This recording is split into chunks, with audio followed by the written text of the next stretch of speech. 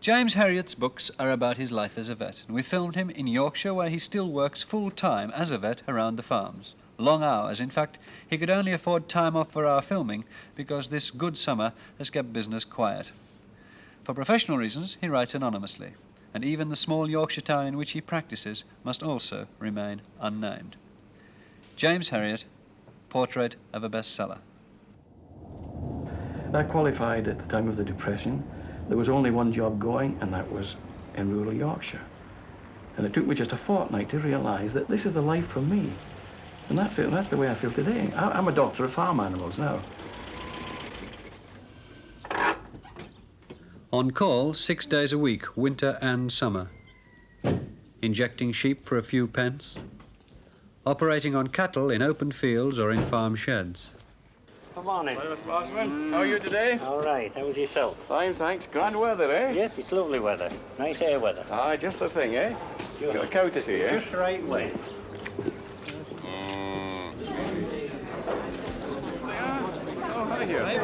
I'm going to ask you one more autograph.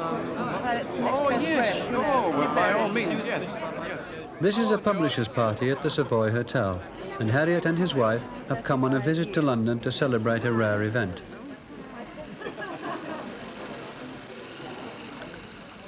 For someone to write one popular bestseller isn't so unusual. But in the last 6 years, to have published 5 books and have them all in the bestsellers list, with 2 very successful feature films made from them, and to be a bestseller in the United States of America, as well as having your books translated into the major European languages, and even Japanese, is quite unusual. Honestly, can't sign books all night, can I, eh? The party was to present James Herriot, working vet, with an award for being a bestseller, in fact, a million seller, because all 4 of his paperbacks have sold over 1 million copies. People often say to me, what has your totally unexpected writing success brought you? What has pleased you most about it? And I know what they're thinking. They're thinking about the money, you see. And I will admit that in my innocence, there was a time when I thought I was going to be rich. And then I realized that all this nice money was merely, you know, passing by en route to the Chancellor, you see. But I will clearly be quite honest about it. I've had a pleasure in giving it a nod as it goes by. But this is not the real pleasure.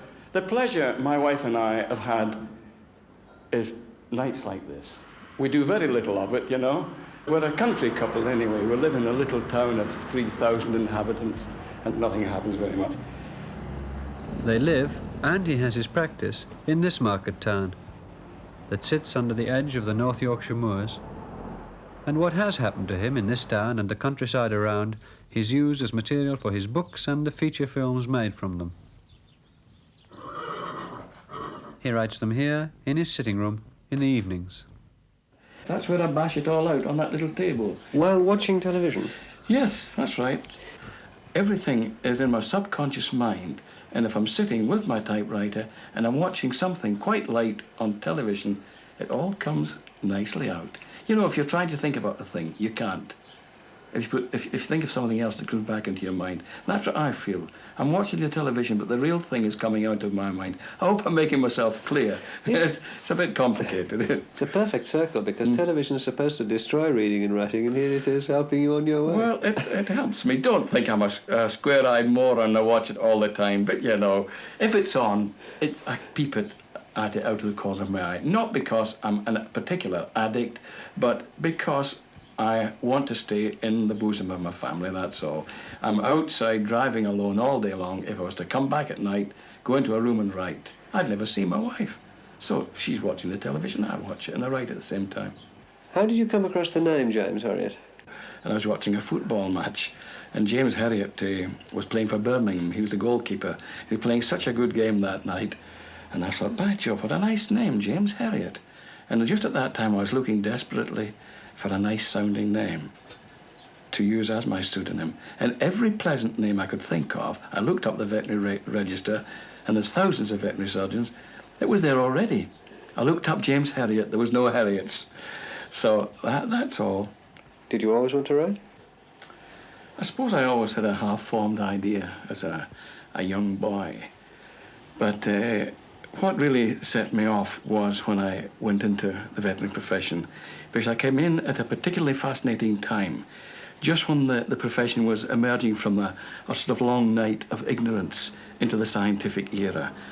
So I had a compulsion to put down on paper a period which will never come back again, the old black magic period. I think I always had it in the back of my mind, though, because I used to love reading so much.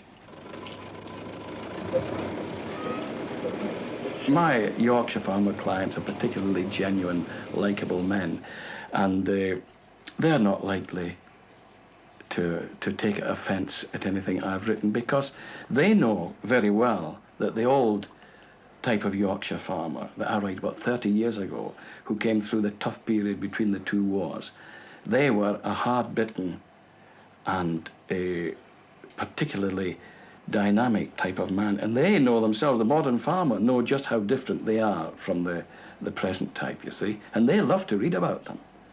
And the old ones that are left, they like better than anybody to read about them, because it's a dead breed, you see. The old Yorkshire farmer, the small man who had half a dozen cows. That's the type I'm writing about, and there's very few of them left. How did you actually begin to write? Well, the catalyst was my wife, without a doubt, you know. She told me one day when we were sitting over lunch and I was telling her about some funny incident. I said, as I said on innumerable occasions before, I'll put that in my book one day. She said, "You're never going to write a book," you see. And I was aghast at this. She said, I couldn't understand her being so unreasonable, you know. And I said, well, what do you mean? And she said, well, you've been telling me for 25 years now. We had a silver wedding last week. So she says, you'll never write a book. I said, why? I said, well, people of 50, particularly old country vets of 50, don't start suddenly writing books. I thought, well, we'll see. And I was 50 years old, actually, before I seized the pen and started. Isn't it amazing that you should have waited 25 years to say it, really? It is, yes. Well, as you know, I'm not an impulsive sort of chap. I thought I was thinking things over, and when I look back, I feel it's an unfortunate commentary on my personality that I must be a procrastinating type. Maybe there's other things I could have done besides that, because I wonder I ever got round to it. But why should the now successful writer still work as a full-time veterinary surgeon? Perhaps for the same reasons that kept a young vet in Yorkshire in the late 30s. It suddenly dawned on me that I could spend the rest of my life driving around this beautiful, unspoiled, wild part of Britain. And it's a very lonely life, as most of the time is spent travelling around the farms. And if you've got dogs with you, you're never alone.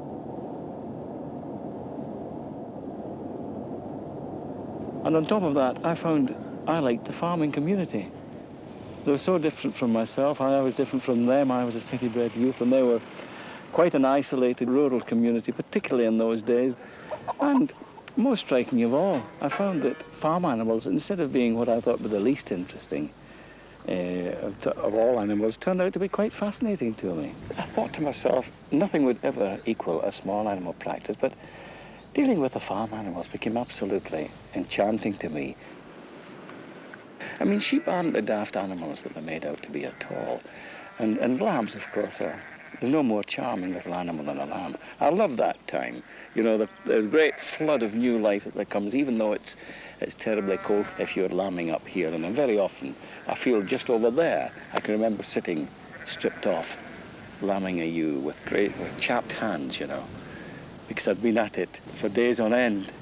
And the cold, it's like a knife. It's cuttingly cold up here. And really, it gives you a great admiration for the farmers. If you come out about 7 o'clock in the morning when most people are in bed and you see them up in these sparse farms working away in this bitterly cold climate, you get a great admiration for it because they do it in, you know, generation after generation. That's another thing that's given me a great feeling for this place, the hardihood of the people.